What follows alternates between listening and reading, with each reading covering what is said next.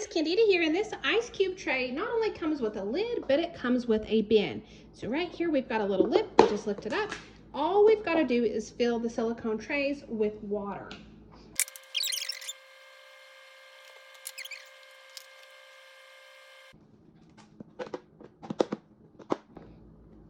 Now it's ready to go in the freezer. So now that our ice is frozen, we're going to check it out.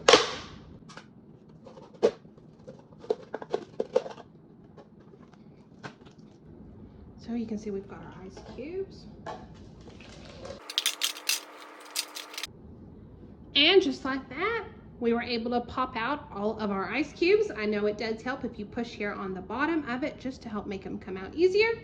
And we can simply put the lid on, stick it back in the freezer, and we've got ice. So it's super easy to use, it's convenient, and I love that it has its own storage box. So I hope you found the review helpful.